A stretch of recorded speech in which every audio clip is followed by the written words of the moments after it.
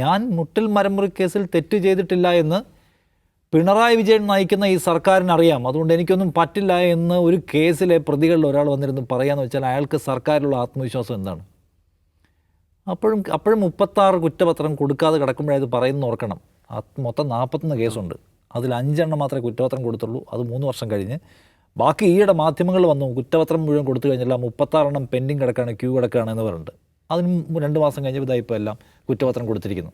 അതിൽ കുറേ സീരിയസ് ആയിട്ടുള്ള സംഗതികളൊക്കെ ഉണ്ട്. ഇവരെ എല്ലാവരെയും പ്രതിസ്ഥാനത്ത് നിർത്തുകയും സീരിയസ് ആയിട്ടുള്ള വകുപ്പുകൾ ചുമത്തുകയും ചെയ്യുന്ന കുറ്റപത്രമാണ് കൊടുത്തിട്ടുള്ളത്.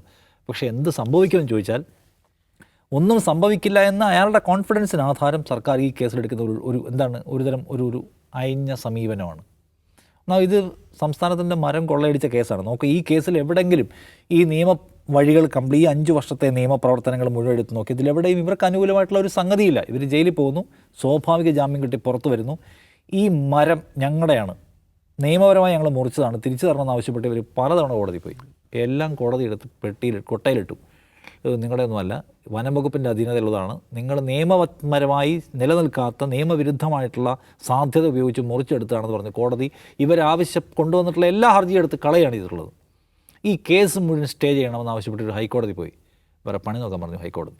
അപ്പോൾ നോക്കൂ, ഈ കേസുമായി ബന്ധപ്പെട്ട് ഈ കേസ് ദുർബലമാണെങ്കിൽ കൂടി ഈ കേസിൻ്റെ മെറിറ്റ് വളരെ പ്രധാനപ്പെട്ടതാണെന്ന് അത് പരിശോധിച്ച എല്ലാ കോടതികൾക്കും ബോധ്യപ്പെട്ടിട്ടുണ്ട്. അത് ബോധ്യപ്പെടാത്ത ഒരു കൂട്ടരെന്ന് പറഞ്ഞാൽ സർക്കാരാണ്. ഞാൻ സർക്കാരിനാണ് പറയുക.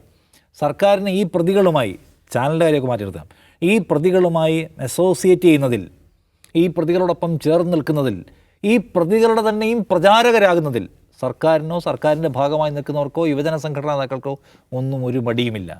ക്യാബിനറ്റ് ഒന്നാകെ തന്നെ വേണമെങ്കിൽ അവരുടെ മുമ്പിൽ പോയിരുന്ന ആഘോഷവേദികളിൽ ഇരുന്ന് കൊടുക്കും. അതിനൊന്നും അവർക്ക് പ്രശ്നമില്ല.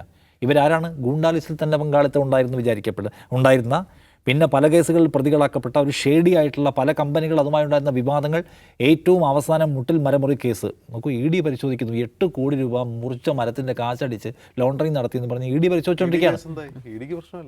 ആ കേസ് ED ഇപ്പോഴും പരിശോധിച്ചുകൊണ്ടേയിരിക്കുന്നു. നമ്മുടെ കൊടകര കേസ് പോലെ 5 വർഷമായി. അപ്പോൾ ED നോക്കൂ, ബാക്കി എല്ലായിടത്തും ED കാണിക്കുന്ന ആവേശം നമ്മൾ നോക്കേണ്ടതാണ്. ഓടിച്ചിട്ട് പിടിക്കാനും ആൾക്കാരെ പിടിച്ച് അകത്താക്കാനും ഒക്കെയുള്ള EDയുടെ പവർ മുഖ്യമന്ത്രിമാരെ പോലും വെറുതെ വിടാത്ത വലിയ സമൂഹമാണ്. പക്ഷേ ഈ റോസ്വുഡ് മറിച്ച് വിറ്റ് 8 കോടി രൂപ സമ്പാദിച്ച് അത് പലയിടത്തേക്കും മാറ്റിയ സ്ഥലങ്ങളെക്കുറിച്ചുള്ള കഥകൾ അത് ഞാൻ പൂർണ്ണമായും പറയുന്നില്ല. പക്ഷേ അതിനെക്കുറിച്ചുള്ള ED അന്വേഷണം ഇപ്പോഴും പുരോഗമിച്ചുകൊണ്ടിരിക്കുകയാണ്. നമ്മുടെ പഴയ ഇൻ്റർനെറ്റൊക്കെ നമ്മൾ കറങ്ങിക്കൊണ്ടിരിക്കുന്ന പോലെ ED അന്വേഷിച്ചുകൊണ്ടിരിക്കുകയാണ്.